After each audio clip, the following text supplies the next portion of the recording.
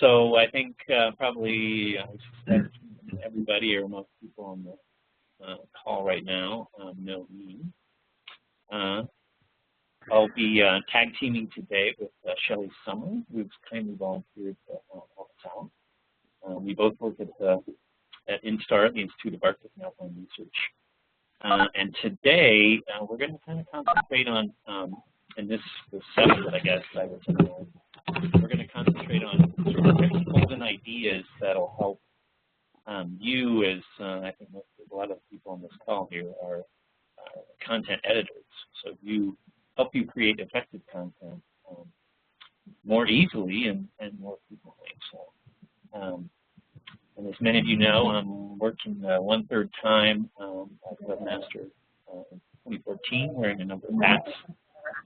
We just launched the new 4 CZO websites, and then coming up, a bigger project is working on improving the data discovery, stuff around metadata and user interface. And Shelley, I'll do a brief little intro now, and she can add more to it, and I'll hand off to her later. She handles all the communications for INSTAR. She works on both web content and social media channels. She does all of our outreach. She's a busy person. And as if she wasn't busy enough and had enough tasks, she also manages our library of books, periodicals, and so on. So what I want to kind of just start with real quick here is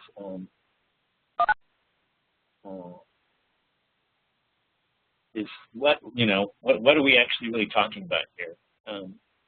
Because the word content is kind of ambiguous. It's really what your site visitors are looking for. It's the messages, the meaning, the information that they're going for. So we're talking about text, images, videos, documents, data, social media posts, whatever. And I think a lot of people, after they've been doing this for a while, realize that working with content is harder than you might expect.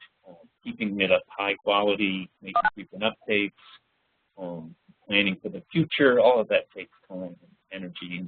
And as the web continues to progress, there's more and more people who are specializing in that. And I would kind of put Shelley into that camp, and we can get definitely learn from her today. And so content is obviously quite critical. One thing I want to point out is, people don't come to your website to ingest your designs. They come with a purpose, they have a task. They're coming for the content. I guess I should preface that. I mean, just add a disclaimer that normal people don't do that. I go to websites to take in the design, but most people have a purpose for them. And I should point out that, we have and have been building for a while quite a long to-do list for the website. For example, some of the top things coming up next are faster page loading and site search and easier data discovery. We've been building that list for a long time, but there's not that much on there that really concentrates on content, which is, obviously critical and essential, without which you don't have a website. So we need to kind of get that content higher up on the priority list. And clearly, we're CZO's grown a lot in the last year. We've got those new 4 CZO websites up now. NSF, as far as I know, is reviewing the proposals from last year for a national office. I'm not sure exactly where that sits, but I'm expecting it's coming. We'll hear more in the next few months anyway. So 2014 is a good time to revisit all things content in some ways, especially the higher level stuff, and kind of our strategy. Things like audience identity, and goals, and workflows, and some of the stuff that Shelley's going to be telling us in on. So today, for today's talk, Shelley's going to take about 2/3 of the time or so, maybe a little less percentage, and talk about principles, kind of the big picture of content strategy, kind of the whys and wherefores and so on. And then I'll show some more specific examples and ideas that kind of play off of that with CZO. I should point out that what we're going to cover today covers quite a range of topics, and it could easily be a multi-day workshop in some ways. So we're just going to kind of skim things kind of in an introductory way in the next hour. And we will give some resources and ideas for follow-up at the end, for things for CZO to do and consider.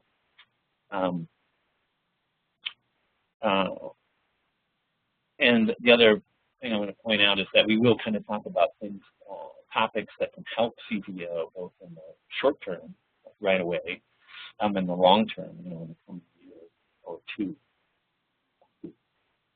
So I'm going to go ahead and pass the control over to you, Shelley. Are you over there? Great. Thank you. I'm going to hand it to you now. You'll just need to click on that. Okay, now I just have to do it. Figure out how to grab it.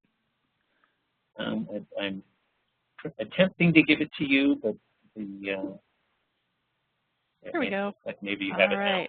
I think I can share my desktop. Okay, can everyone see my slide there? So thank you so much for inviting me.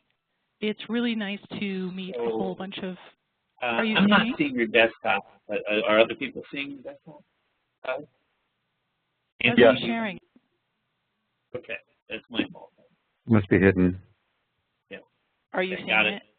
Yeah. Okay. Great. Great. Well, I need thanks so much. practice. Great. Okay, thank you, Aaron. It's really nice to meet a bunch of other people who are also concerned with content. I spend my days kind of knee-deep in this stuff. Or possibly you're just stuck with content. That happens sometimes too. So I'd love to start by figuring out kind of what bugs you the most about dealing with content. Could you, some of you, use your content, the little comment boxes, or unmute yourself for a minute and just tell me what's the worst pain you have to deal with on your website content and other social stuff?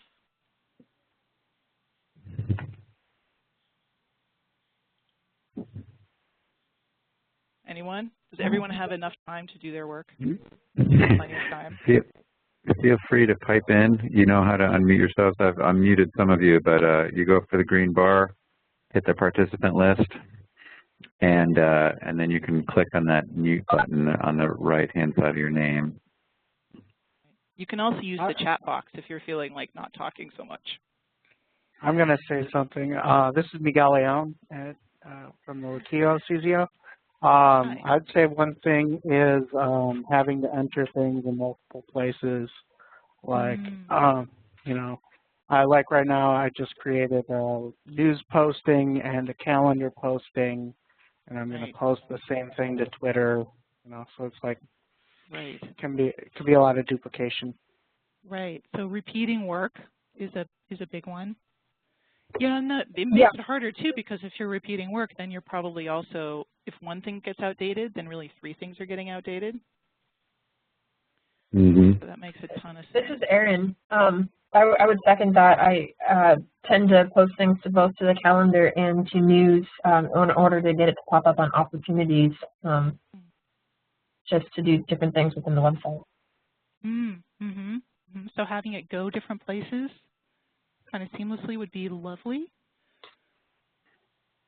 There's a web chat that came in to me that says, from Jackie, a lot of people think websites just magically happen, the content just happens, and it actually takes a lot of expertise and work to do it. Yeah, why isn't your event on our webpage? Like, well, maybe you didn't tell me about it. Yeah, so mind reading is a requirement. And magic is sort of, it's taken for granted a lot, I think. Yeah, people don't understand their writing is hard. Yeah, any others? That's pretty big. That's pretty big stuff, especially the magic. I definitely experienced that. Actually, one thing that I get all the time is having a lot of jobs at one time, and so having to pay attention to content across a lot of things is sort of difficult. Repeated work doesn't help that. Cool. Anything else? That's pretty. I mean, those are pretty universal issues, I think. So I think in the next few minutes, I'm just going to share some ideas that worked for us going through a website redesign and have kind of buoyed me through the couple of years since. And many of those really come down to having a plan.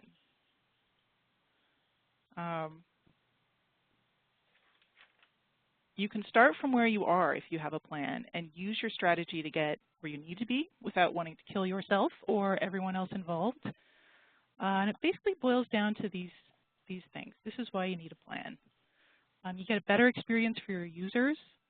You get a better experience for yourself. You can manage your time. You can work with these constraints. You can handle dealing with social media and web stuff and print stuff, and it all kind of works together. And you can get some real support, some methods and some data that it takes to make difficult decisions and ask kind of harder questions. That can be hard too sometimes. So to start with, we really need a few foundations. And if you get those nailed down, you can go straight to creating the good stuff and avoid wasting a lot of time down blind alleys. So you also get a sense of priorities that can help you reach your goals. And to start with, you really need to know your audience. Who are these people? And not in an abstract way. I think the more particular and individual, the better. You need to know, what are their concerns? What are they trying to do? Why have they come to your website in the first place? What do they already know? Where are they? So if they're not on Facebook, you really don't need to go to Facebook to meet them. Then when you're creating content, you're not trying to talk to everyone and no one. You're talking to that person. A lot of web designers will actually create personas that are individual people with pictures and everything. I find it helpful to actually capture a real user and ask them questions. But whatever works for you is a good way of really identifying who you're talking to. I think this is the most important part of the whole process. The next is to know yourself. This seems pretty obvious, but a lot of people don't go through the conversation that will surface these things. What sets you apart? How is this identity well or not well represented on your existing site? The web is a conversation, and what you say in that conversation reveals who you are. So you want to make sure you're showing what you want to show and not just what comes up by chance. And the last is knowing what you want to say to those people. This is kind of the intersection of what you have to offer and what your guests want and need. So you want to ask yourself, what are the most important things you want to get across or help people do? And really try to restrict that to 1 to 3 things, 5 at the most. And this really saves you time because it tells you where to focus. If it's not on that list, it is by definition just not as important. So if you spend time on these foundations, it makes the rest of your job so much easier. You can check everything you do against them. And this can be kind of a broad conversation with everyone involved. I think it's helpful to get lots of stakeholders talking about this. And I think CZO has actually done some conversation, done some work on this previously. It's a bit outdated from what David said, but it's a start. Before I turn it over to David to talk about that, does anyone have kind of general questions about this stuff? Okay, I'm going to go ahead and pass this to David for some specifics. That's more fun.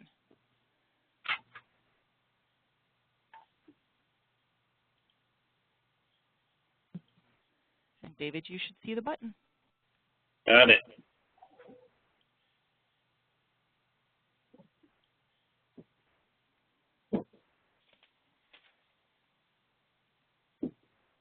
Okay. While Shelly was talking, I noticed that for some reason WebEx is not picking up my external mic. I'm just using my laptop mic. So can you hear me okay right now? I can hear you. Okay. So kind of following up on those foundations that Shelly mentioned, we certainly spent some time when we got ready for the website launch in 2012 with looking at those foundations, but that was quite some time ago before, CZO kind of expanded by 40% or so.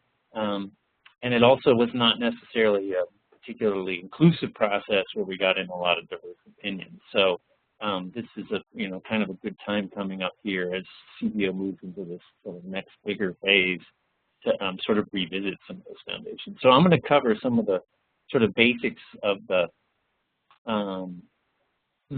audience's identity and so on that we used when we did the to build the website, the system, the collaborative sort of system that we have now.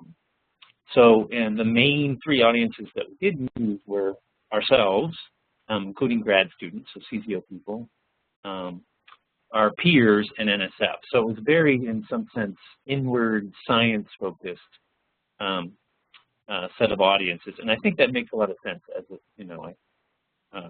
a way to start, because we're sort of starting with our core strengths and core goals, and then we've talked a number of times, including for the 2012 launch, about addressing more outreach sort of audiences, but there hasn't been a great deal of effort on that. So I kind of see that as something for the future.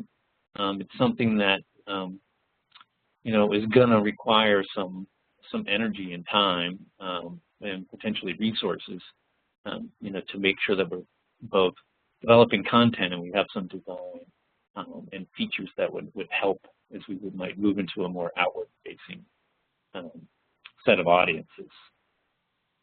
So we looked in and planned in some detail with those audiences when we were setting up the website. So for example, don't bother looking at all the details on this one, but this is just a piece of a table that I re-summarized in a document back in December.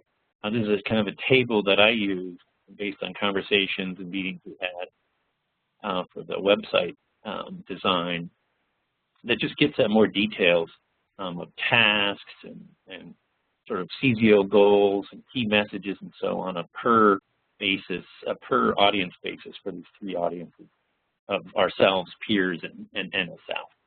And this is a piece of a broader document that is on Google Drive. So if you're interested, let me know. It's a broader document that summarizes the design guidelines. So for example, some of the top tasks that we have on there include connecting or finding people, looking for field area information, and so on. So I wanted to say a few words kind of moving from audience, so we're kind of doing a summary here today, introduction today, to talk a bit about identity. So this is, in some sense, the summary of, you can consider it the brand, the CZO, the attributes, the personalities, or the sum total of what CZO is, including its visual identity. Obviously not just the logo, but and so what I wanted to show you here were some of the kind of key traits in some ways that we used in 2012, and it's something that we might want to revisit. So, as a group in a broader sense. So, clearly, CZO, one thing that's unique in strength is its interdisciplinary nature, sort of by design and by almost necessity, it has to be interdisciplinary. We're just covering this gamut of interrelationships of physical, chemical, biological processes, and covering a range of disciplines, really, and pulling those people together. And the second one I would say is collaborative. That there's certainly a big emphasis on kind of doing bigger science in a sense, and working in teams, both within an individual observatory and across the network, really. And I also put down pioneering. So these are three kind of things we tried to get into the website with, my varying degrees of success, I would say. Clearly, you guys are working on sort of a new form of science in some ways, kind of inventing it as you go along, and you're covering huge spatial scales and time scales that other groups that may be interdisciplinary are not. And since you're at the coming in on the sort of ground level here, that certainly are working on fundamental questions, and I think that's important to get out there. So one of the other things from that 2012 design is that we did come up with a kind of a website objective, which is listed here. And as expected, it's sort of inward-facing to the science audiences. That was our focus. But that may be something we would want to evaluate as we move forward and potentially move into more outreach.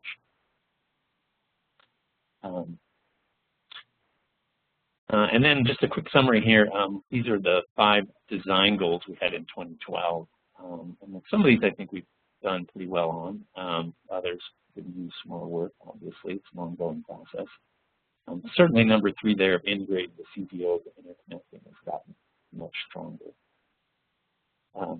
And one of the things that we've not really done within that foundation, that set of foundations that Shelley mentioned, is messaging, sort of combining the identity and so on, sort of looking at the question from, what they want and kind of what you want, combining those two, knowing what you want to say. So these are 3 things that we kind of loosely did in the website in 2012 for the launch, but it's definitely something that we want to think definitely much harder about going forward.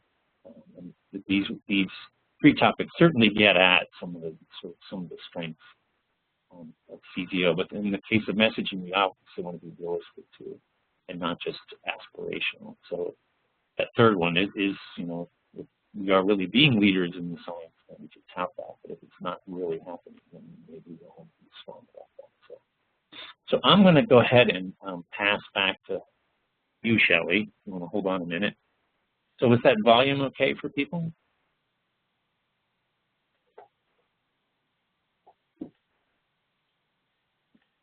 Sounds good to me.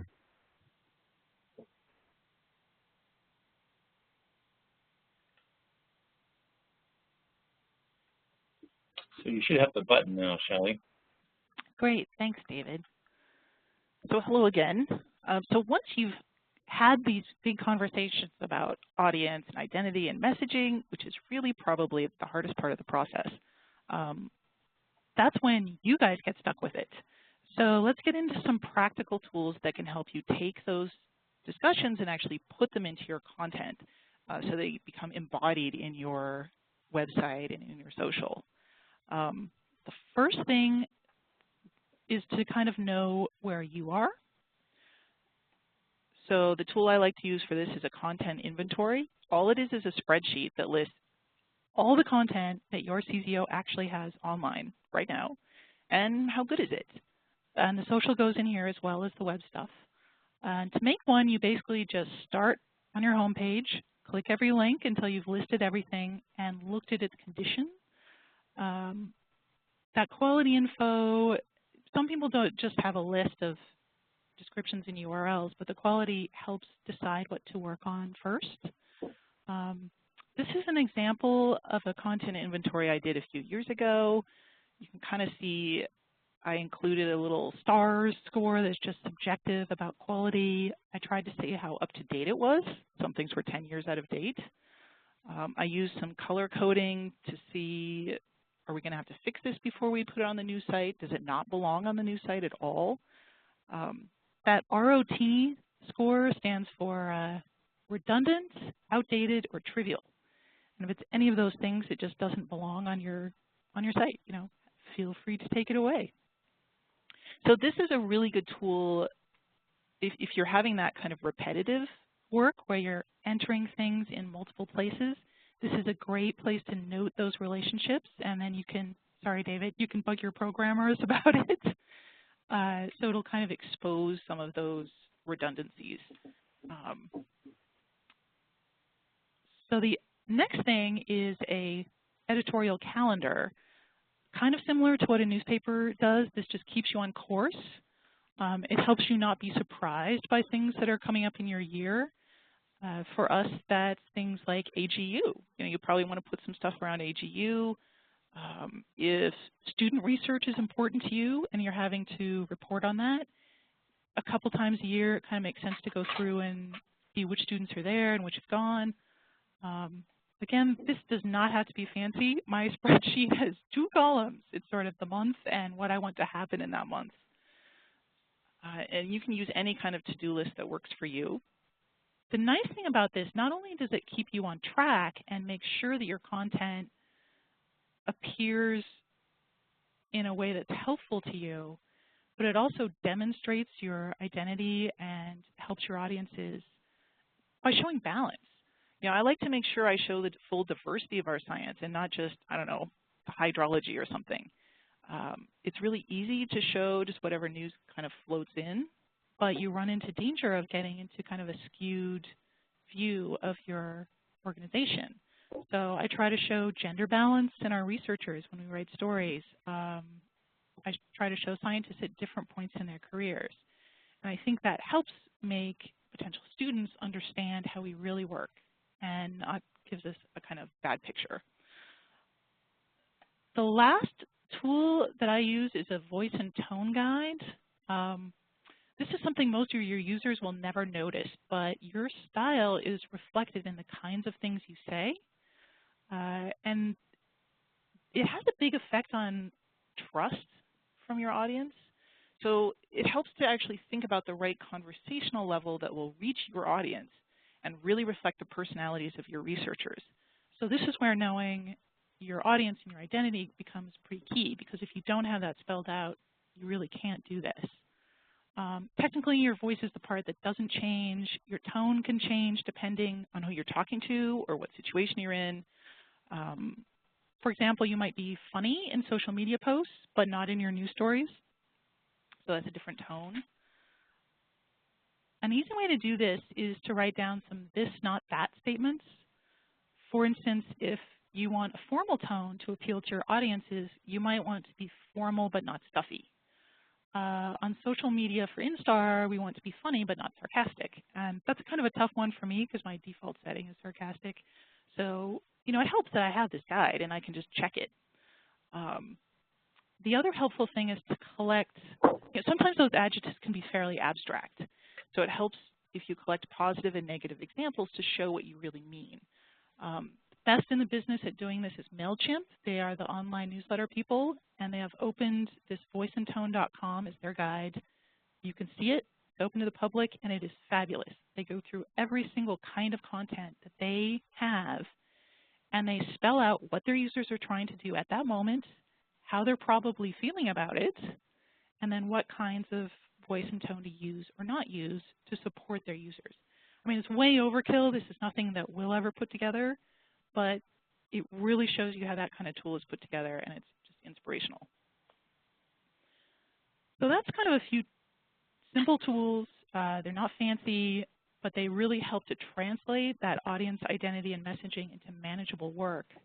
Does anyone have any questions or points to bring up before we get into a few practical techniques? I'm just going to look at the chat window a second, make sure we're not seeing any. Okay. You want to get straight to tactics? Sure. So, writing for the web. That's a lie, actually. You are not writing for the web. You are writing for a person. If you have your audience in mind, you're really writing to someone. And the bonus is, if you're really crystal clear on that stuff, then writing the content for any web page really doesn't take any longer than writing a long email, which is something we do every day. That's also kind of a lie. But it does really cut down on the time you have to spend because you're not floundering around looking for the right pitch for someone. You just know it. So how do you do that? You make it useful and usable for your readers. This is probably the hardest thing for us to do as academics. Just stop talking when you've said what you need to. I'm probably having difficulty with it right now. Speak in human. Even if you're using really scientific language, really technical language, if that makes sense for your audience, that works. But they're people, and you're having a conversation with your peers and your coworkers, and your language should reflect that. The third is, the reading on the web is a bit different than reading, say, on paper. It really helps your reader to understand where they are. To do that, put the most important stuff first. This respects your reader's time. They shouldn't have to hunt for the point that you're making. They're not going to. The second is to kind of break up your content into short little pieces and give very consistent and useful subheads. So people on the web tend to skim and scan. I mean, you've done it yourself, I'm sure. And if you can help people understand, hey, this is what this section is about, then that tells them when they want to delve a little deeper and start reading your text. The other thing is descriptive links. So when you have a hyperlink to somewhere, people want to understand where they're going next. This also helps people with screen readers if they're not just saying click here, click here, click here. Please never type the words click here for more information. That is just kind of death, you know. And David has some really great examples of descriptive links that he's going to show later. So that's kind of the words. And we've got images. So a few guidelines I like to use for images. Like words, you should really have a reason to put them there. No random pictures to kind of make things exciting. They're worth 1,000 words. And that's some serious freight. The other thing is to tell a story with your pictures. At InStar, we actually have kind of a policy of we like pictures of people doing science. So we don't want landscapes. We don't just want instruments by themselves. We want to have a person really doing something that is science, demonstrating the science. And I think that helps us appeal to our audiences, and it helps tell the story of our research in a way that more static images don't. Also use your captions. You know, National Geographic is the absolute best at using images. The reporting is fabulous, but you don't really have to read it to get the gist of the story. If you just look at the pictures and maybe read a caption or two, you get it. And you can do that on the CZO site. I mean, you got great pictures and a great story to tell. So that's kind of things to keep in mind for pictures. And the last element is kind of layout. You've worked really hard to pare your message down to the right words and the right images. You know, don't get in your reader's way by jumbling them all together. And using the templates available on your websites kind of makes it easy to make a nice, clean experience for your user. So David came up with this craft design that he read in a book that he will tell you about at the end.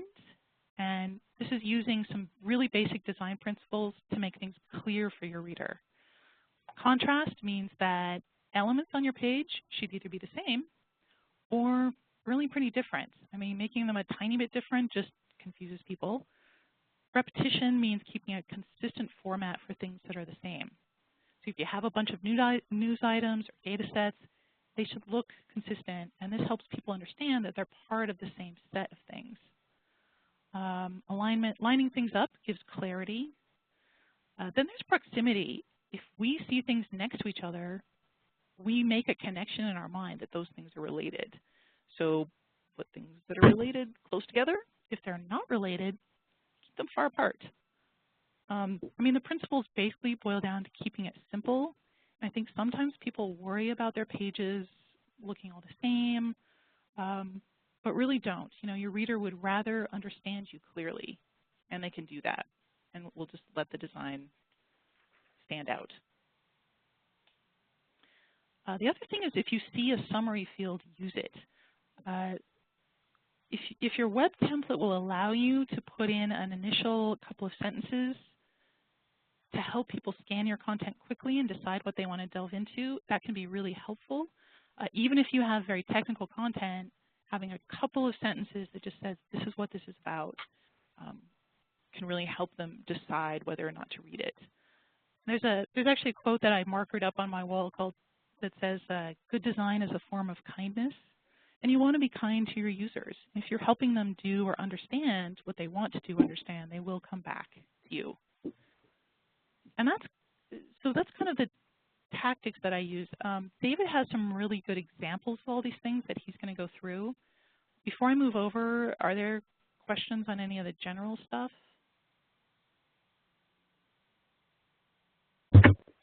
Shelley, this is Erin. Hi, Erin. I don't know if you'd be willing to share that sorry, not the editorial calendar, but the content inventory. I think that would be really useful instead of having to build it up from scratch, but maybe just a blank form. Yeah, I'd actually be glad to just send you the an example form. Is there going to be, do you all have a Google group or something to get together and talk about? We do. This? Okay, why don't I post it there? I can give it to David to post there. Yep, great, great. Okay, I will absolutely do that. Okay. If there's nothing else, then I'm going to assign this sucker. All right, David, it's all you. Okay.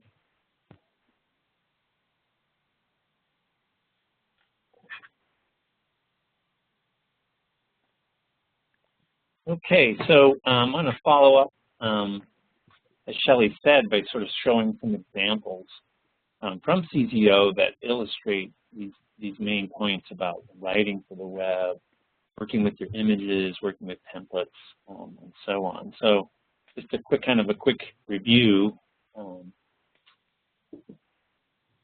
here. So this is just re-summarizing what Shelley just said here, just keeping in your memory banks. But I also added sort of two other ones in there. There's lots and lots of tips. Well, I'll give you a resource, a web resource to a university website at Dalhousie that has some great tips on writing for the web that are really succinct. But I added a couple others here that I wanted to illustrate. And one kind of plays off the point Shelley was making about headings and subheadings. And that's just a more general case of breaking things up into what I call digestible sort of chunks. Maybe I should have reworded that one. But the idea here is using things like lists, so sort of a numbered list or just bulleted lists, for example, with the idea being that, as Shelley pointed out, that almost everybody, when they hit a website, has some sort of goal in mind, even if it's a little fuzzy, and they're almost always scanning the page for something that's, triggering for their task that they're kind of doing right then.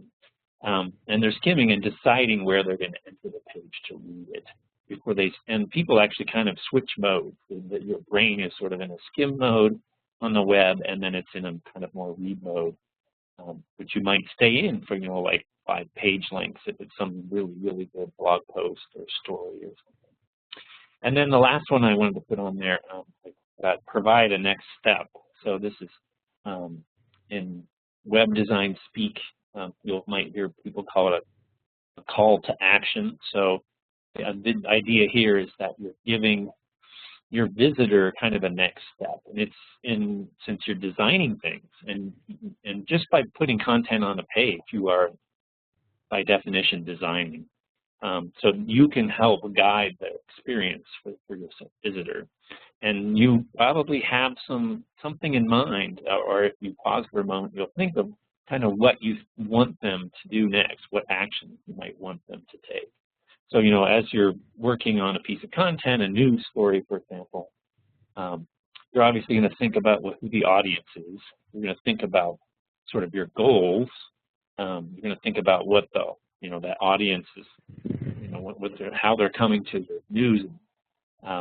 But also that's a place for you to put down the next step. And in many cases, that's a link to somewhere else.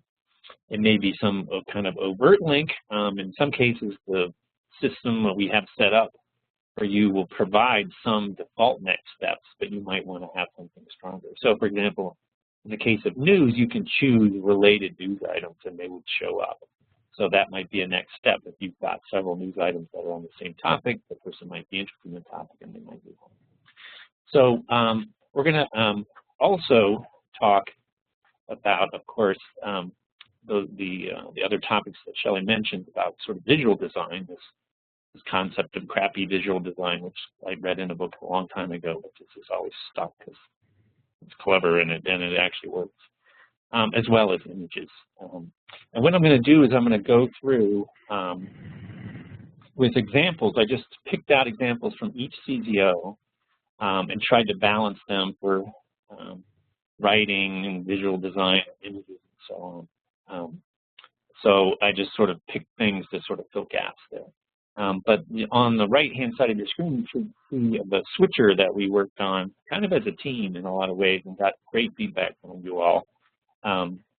Maybe didn't turn out exactly the way you wanted, but I think it was kind of a combination of coming up with the best design and listening to people's opinions.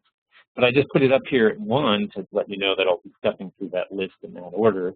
But 2, that just that switcher alone has some crappiness to it, so to speak. Certainly has contrast, you know, with that white switcher at the top versus the list, very distinct. It certainly has repetition to tell you those are sort of equal items on a list. You know, there's definitely some alignment there. Not so much about proximity, but you get the idea. So I'm going to start with national and then go to Boulder and so on, and just pick out some snippets of pages really and talk about some of these topics that Shelley's brought up. So we'll start with national. And can everybody hear me okay? Yep. So we're going this one, I'm kind of going to bounce around on the list a little bit, but I'm really highlighting that button there at the bottom. So this is actually the what is the critical zone question mark page. And this is a case of providing a next step. This is a call, kind of an overt call to action that after someone learns about what the critical zone is and maybe they watch that video that's up above, what would I want them to do next? What do I want to give them an opportunity where I'd like to guide them? And in this case, it seems like a logical thing is just to have them move from learning about what the critical zone is to how CZO is studying it, to exploring the research. And in the case of calls to action, in general, you want to have as few of them as you really can, but you might have a page that has a lot of links on it, and those are calls to action in some ways. But maybe you want to have some hierarchy in there. You might want to have some sort of contrast. You might have a list of links embedded in your text, but you might also want to have one or several really strong steps that you think they might want to take next. So I do encourage people on any page you're really working on to try to make sure that it's not a, in lack of better words, a dead end. That, you know, it's not just a wall of text and then they have to go back to the menu if they're still interested. Because there's probably some opportunity there to guide them and help them with the next step, something that's logical that they would enjoy reading or moving on to as well. So that's kind of an example of providing a next step. So moving on, that was national, moving on to just a picture here for a page for Boulder. There we go. In this case, it's a news story touting the video series they put together a while back. And one of the things a couple of things I wanted to point out here. First, that star up at the top is a case where Boulder used the summary field that was available to them.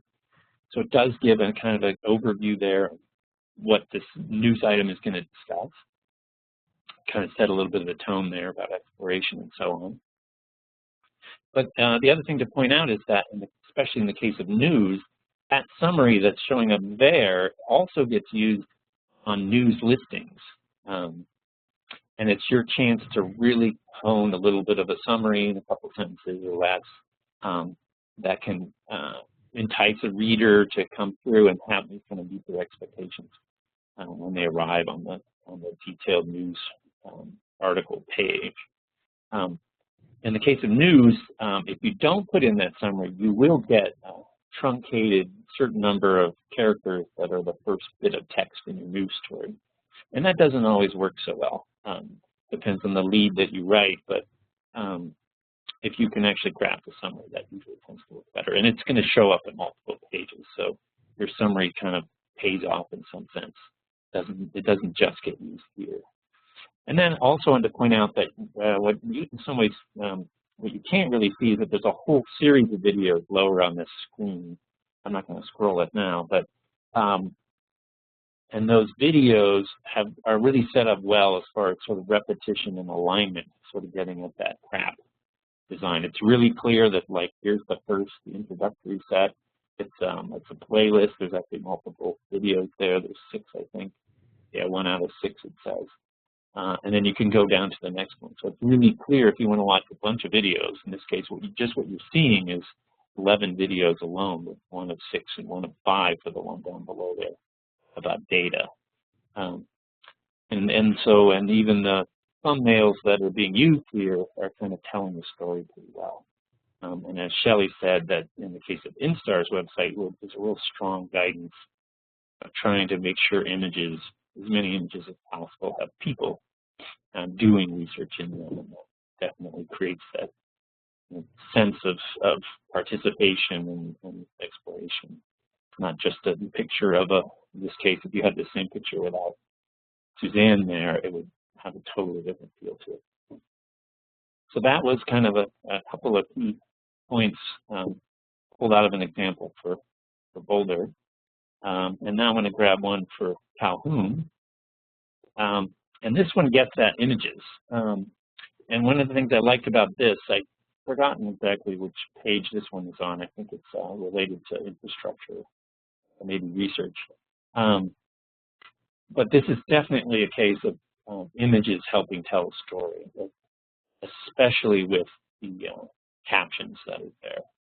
So in this case, it's almost literally sort of picture-based storytelling, which is a nice change of pace from what's common on a number of CZO pages, but a lot of academic websites of just having a lot of text. And so this is pretty engaging. You can see that top image there, pretty clearly shows that they're bringing some of these old gauges that have long history sort of back to life and getting them more standardized and working better. And then the image down below, you can see some just paper records from the 1950s of some of the data that's coming from these old gauges. And so you really get the sense that they're sort of doing this data rescue and moving those long-term records forward in time just in this visual way, which is great. So kind of moving on to another example here for just taken from a page like Catalina Mez. And this one, I think, is a great illustration of crappy design in some sense. In this case, it's on a page for graduate research, so it's under the infrastructure section. And it lists a number of courses that are taught, how CZO is involved, and in a number of cases, papers that came out, sort of example papers that came out of the work done by undergrad and graduate students during these courses. And I really like how it's just really clear that you're looking at equal items, that these courses, not one of these courses that's more important than another. There's nice repetition with some variety. So the image is, being flush right and flush left, alternating. And it just really emphasizing sort of the repetition and alignment of crappy. And also in this case, the images definitely are adding to that story. You can imagine this pedology course and kind of being out there in the desert scrub. And similarly, if you were participating in this snow survey, and if they do it spring break, you get some sense of what that's like too. Looks like a pretty heavy snowfall at that point, which I think usually is near the snow water equivalent maximum. So those are definitely a case of both nice visual design as well as using images well. So I'm next going to jump over to another example. This one's from Christina. And in this case, it's kind of a very simple page, but I think really well done. It's just their contact us page, boring contact us page. And I think they've done a really good job of following one of those main points of Shelley made of say what you need to say, then stop, which is just the basics there. It's also speaking in human. You know, it just says it right up front. Questions about the Christina River Basin CZO, and then gives you a little kind of instructions there. It's engaging and clear what you want to do, and it's personable, and gets the job done. So moving on to one from EEL. This is another case, I think, of nice visual design and imagery. This is just the image that they're using in that initial text, initial image field, and which I think you have to kind of be a little careful with the way the templates are set up for CZO. So you have an option of just having an image, you have an option of just having text, and you have an option of using both with images at different sizes. And this is a great place to use your summaries or to add to the kind of story you're trying to tell. So in this case, I think it's pretty helpful in some ways, but it's not necessarily a lot of text up there. It gets the point home here that where they're located, and it gets the point home that which they support later, that they're working at a variety of spatial scales, and that's kind of an important part of that research, and that's just nicely illustrated here. And certainly, you know, there's also nice alignment and some other stuff here as far as visual design that makes that nice, strong, and bold. But just seems a pretty effective header there. And there's a great opportunity in that colored area to not use that as filler space, to make that a real space to get your summary in, so someone can get the gist and then decide whether to go lower on the page. So now I'm going to jump over to a slide from, I think it's from IML. And this one's kind of straight up text, but I want to point out that it does it well. In this case, it's using those headings and really helping with that skimming process and reading process that we talked about. So there's just a nice repetition here, nice use of headings and subheadings. It's very clear sort of what, you know, which theme you're looking at, and if you're interested, you can, you know, look at just the main black header, and then you can kind of go on to that subhead of the question. And if it interests you further, then you can dive into the text. So it's just a great way to make your content quickly accessible to folks, which is great. So moving on to CZO, I want to just pick one out here. This one I also like for a number of reasons. This is on probably the field areas page or infrastructure. I've forgotten exactly, but just a nice, especially on that right-hand side, a nice overview summary, and they're not long paragraphs. You know, some of that's just short stuff like the geographic coordinates, so it's definitely more skimmable. Clear headers, but also a case of using images to further the story here. So in this case, it's, you know, really obvious kind of where the field area is, map there, showing some of the locations. It's just clear, engaging, easy to read, colorful. So nice job there. So I'm going to move on to Reynolds. And this is one of the new, obviously one of the new sites that launched, and I think I want to kind of call them out in some ways for doing a great job of just putting in the essential information and then stopping. They've really broken their content into skimmable, digestible chunks. And they've made a good job of putting important stuff first. So that first red star gives you that overview and you know, kind of large font size, easy to read. You can decide whether to dive into the details, but you certainly get the sense of what Reynolds is trying to accomplish and how they're going to do it, and where you can dive in next, which is great. So that's the research page, but I also wanted to point out they continue that on through to the research foci page, and continuing that sort of breaking things into easily skimmed chunks. So even up in the in that initial text in the colored background area, they've got a list that makes it easy to see that they're conducting the soil survey and doing some environmental monitoring and so on. Maybe it's a bit redundant. You have to think about that a little bit with the items down below, but it's certainly makes it clear through the skimming. And putting things in these multiple columns is sometimes a great way. In this case, since they've got 3 main things they want to show, why not use 3 columns to do it?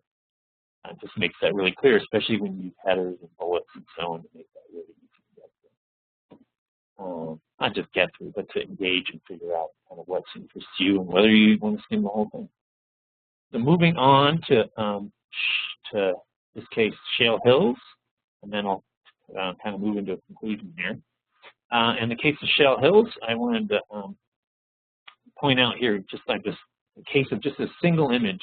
You can see in the dark, kind of faded out behind that this is a news story about students visiting a catchment. And there's a couple of images in here, but they're just, I think, well-chosen images, like this one right here. You just get a real good sense of being there, and you kind of want to figure out what they're doing. It's, kind of leaves you wanting more. Like you can see the van there, you can see they ride, they can see a bunch of gear. You kind of wonder what they're going to do. It's just a nicely, a nice illustration of that field visit. And then I think we're on the last one now of the examples here. And this is for Sierra. And I wanted to point out a couple things here. One, that they, I think, done a nice job. They had 2 main points they wanted to make, so they split it into 2 columns. That just makes that really clear. Use clear headings. And in this case, they also were nice and consistent with the links that they were including here.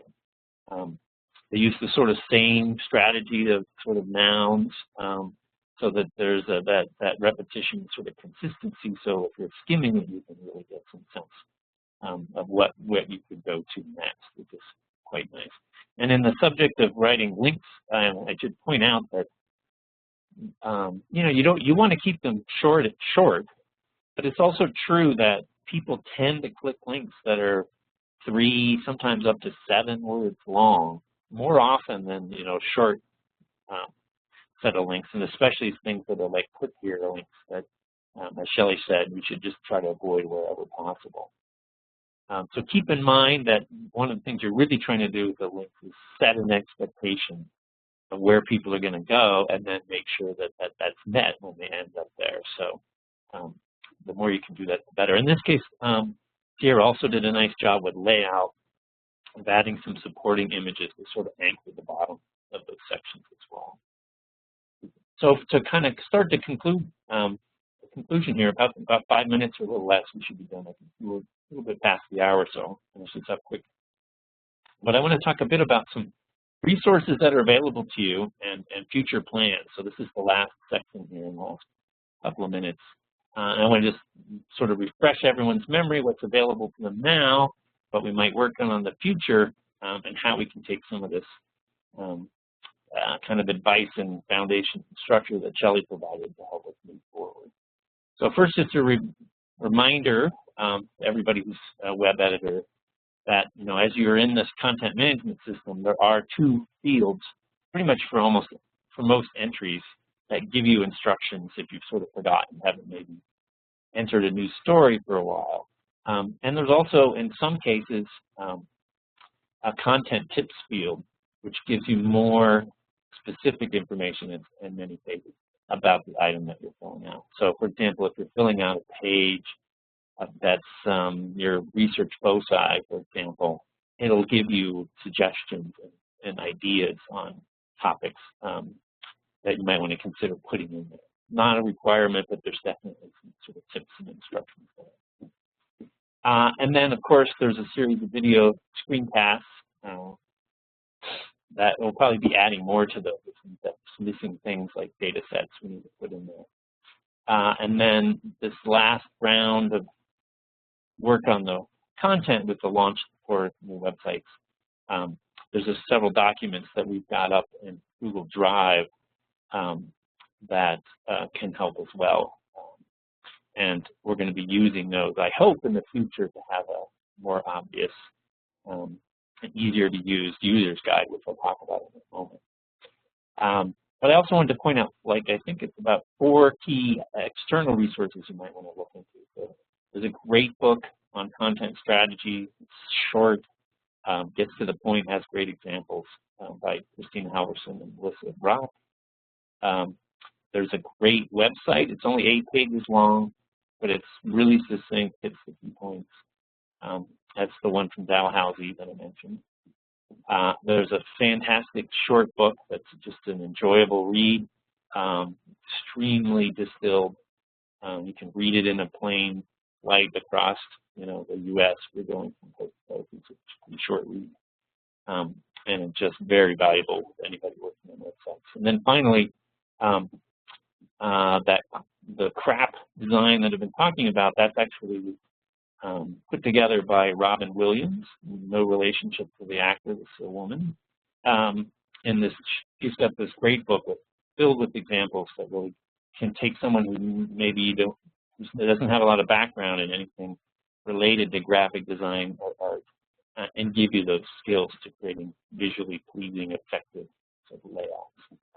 So to finish up here, going forward, and this is something we can discuss, especially with our Tuesday group, but I think, having a couple of meetings and maybe trying to spark the Google Groups discussion area that we can kind of work more on content. So one of the things that's needed is easier reporting to NSF, and the Lukio CZO, I think, is going to take a lead in helping really look at what's in the reports, what we might need to add to the CMS, what resources we might need. So I'm hoping that will move forward this year and then really help everybody with reporting. And as coming out of this conversation with Shelley, audience identity messaging, I think it's time to reboot those as we're growing and also get more input across and feedback from more people. That's definitely helped us, especially over the last year. Key questions remain kind of unanswered. How do we define success? Can we come up and how can we really use Google Analytics and not just chase page views, for example? And also think about new content ideas. So there's some things down there that maybe you haven't really thought about for your content you could do, like putting in a survey and asking your audience what they want, or putting some news posts about some lesson that you learned, at your field site, maybe some equipment failure or something. And then just to finish up here, 2 other topics I'm going to talk about. One of the things coming up, I think, for this year is to kind of get people moving, if you haven't already, on social media. Twitter is kind of a platform of choice. Sierra, Reynolds, IML, and maybe Lukio are starting to kind of ramp up with that, and we'll probably talk about it bigger as a group and share some resources.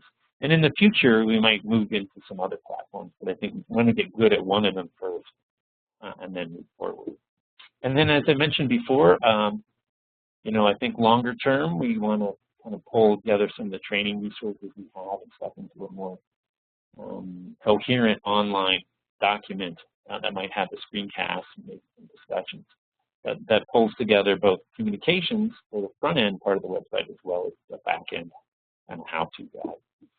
So I do want to thank everybody for the time. Sorry, we're over just a little bit. I want to thank Shelley especially for volunteering the time to kind of fill us in. Any kind of final questions or stuff we want to hit as we finish up for today? This is Erin again. Thank you both. I have one more thing to add to that outreach of the different media platforms. It's been on my list for a while. Wikipedia on CZOs was pretty out of date. I haven't looked at it, but that's something we should get to. That's a great idea. This is something we could definitely obviously contribute significantly and get people, even if getting some of the PIs to review it would be great, and get some some stronger writers in the group to help out with that.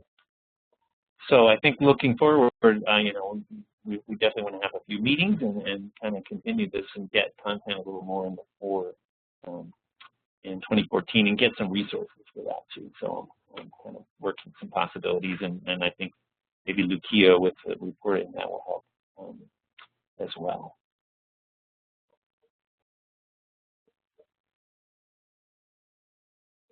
So since it doesn't sound like there's any more questions, do you have any last thing, Anthony? Any announcements for next session or anything, or should we just say our goodbyes? Well, thank you, David and Shelley, especially our guests, for presenting this. I think this was really useful. I know a number of PIs said they couldn't connect, but they were interested in watching the recording. I think this would be a really useful start. As usual, I will post the recording on our website for the seminar series, and also the slides, which should include all these great links that David attached at the very end. And with that, I guess I'll just mention that we do not have another cyber seminar scheduled before our end of May meeting, face-to-face meeting here at the Stroud Water Research Center on the 28th, 29th, and 30th, mostly the 29th and 30th. We may still have one depending on how much progress we make with controlled vocabularies, or depending on interest from you all. If there's any topic that is of particular interest, we are very interested in meeting that need.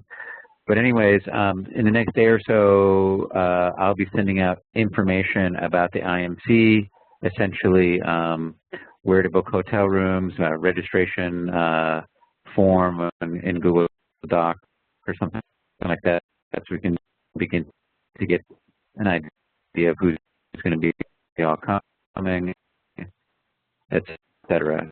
So that should all be I expect to see all that. Anything else? Tom, your voice was chopped up so much I couldn't understand what you said. That's what I was trying to say to you. Your voice is pretty chopped up too with everything you just said. Oh, that's not good. The main gist I still could get, so. Okay, main gist. No cyber seminar scheduled. IMC meeting details are on their way. Great. Well, thanks again for everybody for attending. All right. Thank you. Thanks, y'all. Bye. Bye-bye.